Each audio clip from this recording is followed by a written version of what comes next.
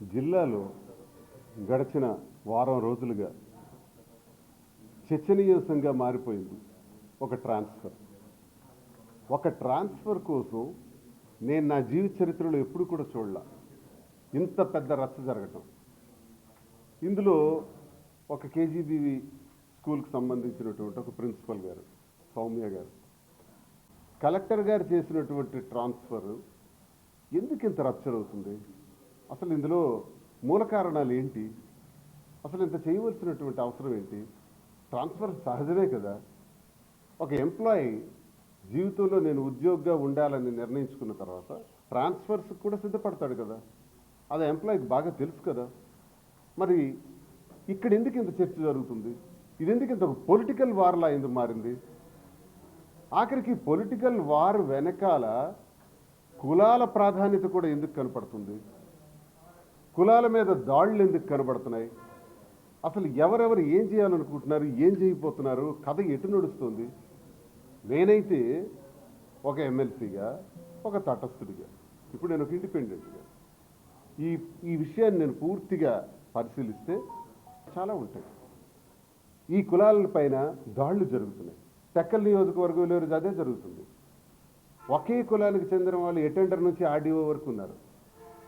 అది మంత్రి కులానికి చెందిన వాళ్ళు. మిగతా కులాలన్నింటి మీద కూడా విపరీతంగా అరెస్టులు, కేసులు, జైళ్ళు, బెదిరింపులు, స్కీమ్స్ రద్దు చేయడాలు, ఒక రకంగా ఒక నియంతృత్వ పాలన అక్కడ టెక్కల్లో జరుగుతుంది. అదే జిల్లాలో కూడా జరుగుతుంది. ఎక్కడ చూసినా అదే పరిస్థితి నడుస్తుంది. ఈరోజు ఇటువంటి టార్చర్కే మనం వెళ్ళాలనుకుంటే మరి సాక్షాత్తు మంత్రి అచ్చెన్నాయుడు కూడా నిన్న ఒక నిర్వాహకం చేశాడు. అగ్రికల్చర్ మినిస్టర్ కదా ఈయన పేషీలో జనరల్ మేనేజర్ పొజిషన్లో రాజ్మోహన్ గారు ఉన్నారు. ఈయన వీసీ అండ్ ఎండీకి ఒక లెటర్ పెట్టాడు. ఒక విచిత్రంగా ఈ లెటర్ నిన్నే వచ్చింది, చాలా ఆశ్చర్యంగా. ఈ లెటర్లో ఏంటంటే ఏదైతే మ్యానుఫ్యాక్చరర్స్ ఉంటారో, అంటే వైసీపీ కాలంలో సిఎంసి ద్వారా మనం ఏదైతే మెషినరీ అంటే వ్యవసాయ పనిముట్లు, యాంత్రికంగా వ్యవసాయం చేయడానికి కావాల్సినటువంటి పనిముట్లు సరఫరా చేసే కంపెనీలతో డైరెక్ట్గా నాకు లింక్ చెయ్యు, ఒమిషన్స్ కోసం, కమిషన్స్ కోసం అని మంత్రి ఓఎస్డి ప్రజరిస్తున్నాడు. ఎవరి మీద? రాజ్మోహన్ మీద, జనరల్ మేనేజర్ మీద ప్రజరిస్తున్నాడు.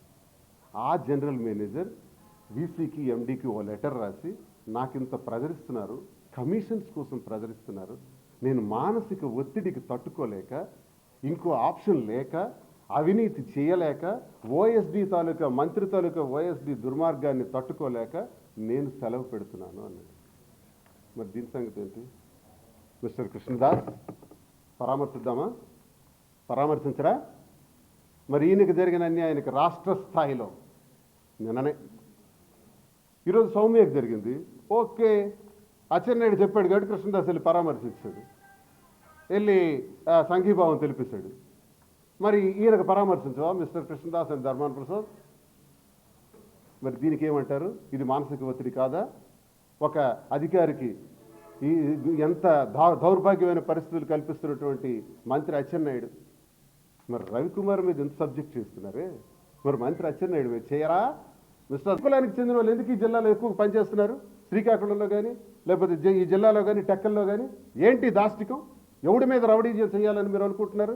ఇదే జరిగితే, అది మా బుర్రల్లో కానీ పొరపాటున ఎక్కింది అంటే ఖచ్చితంగా నేను ధర్మాన ప్రసాద్కి, కృష్ణదాస్కి, అచ్చెన్నాయుడికి వార్నింగ్ ఇస్తున్నాను. We will start the game. మేము స్టార్ట్ చేస్తాం. దేన్ని మేము ఏ స్థాయికి వెళ్ళాలో మరో ఉద్యమమే ప్రారంభమవుతుంది. జాతికే నష్టం జరుగుతుందంటే దాని పక్షాన్ని కూడా నిలబడతాడు శ్రీనివాస్. జాతికి నష్టం జరుగుతుందంటే నిలబడుతూ ఆ జాతి మీద ఆధారపడిన ఇతర కులాలన్నిటి కోసం అవసరమైతే ప్రాణత్యాగాలు చేసినా సరే మేము సిద్ధంగా ఉంటాం. మాలో కూడా కొంతమంది చీడపురుగులు ఉంటారు, వాళ్ళని వాడుకుంటుంటారు. వాడుకొని కులంలో చిచ్చు రేపాలని చూస్తారు. దానికి కూడా టార్గెట్ పెడతాం. టార్గెట్ పెట్టి ఏకీకృతం చేస్తాం, జాగృతి చేస్తాం. కళింగ జాగృతి కోసం ముందుకు అడుగేస్తాం. కళింగ జాగృతిలో భాగంగా ఈ జిల్లాలో ఉండే అన్ని కులాల్ని మా గుండెల్లో పెట్టుకుని కాపాడుకుంటాం. వాళ్ళ కోసం అండగా ఉంటాం. అన్ని కులాల కోసం అవసరమైతే ప్రాణ త్యాగాలకనే సిద్ధపడతామని తెలియజేస్తున్నాం. ఈ దాష్టికాల నుంచి గట్టిగా ఎదుర్కొనే ప్రయత్నం చేస్తామని తెలియజేస్తున్నాం. మీరు సస్పెండ్ అవడానికి కారణమైన వాళ్ళని ఎదుర్కోవడం కోసం కుల ప్రస్తావన ఏముంది, రాష్ట్రం ఏముంది? నేను కళింగ కులానికి చెందిన వాడిని సస్పెండ్ చేశారు, స్పీడ్గా ఉంటానని సస్పెండ్ చేశారు. నేను అక్కడ ఉంటే వాళ్ళ ఉనికికి అడ్రస్లు ఉండవు, వాళ్ళని గట్టిగా ఎదుర్కొంటాను. నాది మొండితత్వం, ఎవరిని భయపడను. నా వాయిస్ కలేజా లేదు, వాళ్ళకి నన్ను ఎదుర్కొనే శక్తి లేదు. సస్పెండ్ చేస్తే మాత్రం నేను ఏదో హైదరాబాద్ వెళ్ళి వ్యాపారాలు చేసుకొని బట్టలు మడతేసుకుంటాను అనుకుంటున్నారా? మడత వేయడానికే వచ్చాను ఇక్కడ, అందుకే అక్కడికి వెళ్ళాను. వాడుకుంటూ ఎప్పుడూ వాడుకుని ఉండేవాడిని. అన్ని కులాలని నేను వాడుకుంటా ఈ సందర్భంగా. అన్ని కులాలని నాయకత్వం వహిస్తా అంటున్నాను నేను. కళింగ కులానికి జరుగుతున్నటువంటి అన్యాయం మీద ఇతర కులాలు కూడా నష్టపోతున్నాయి.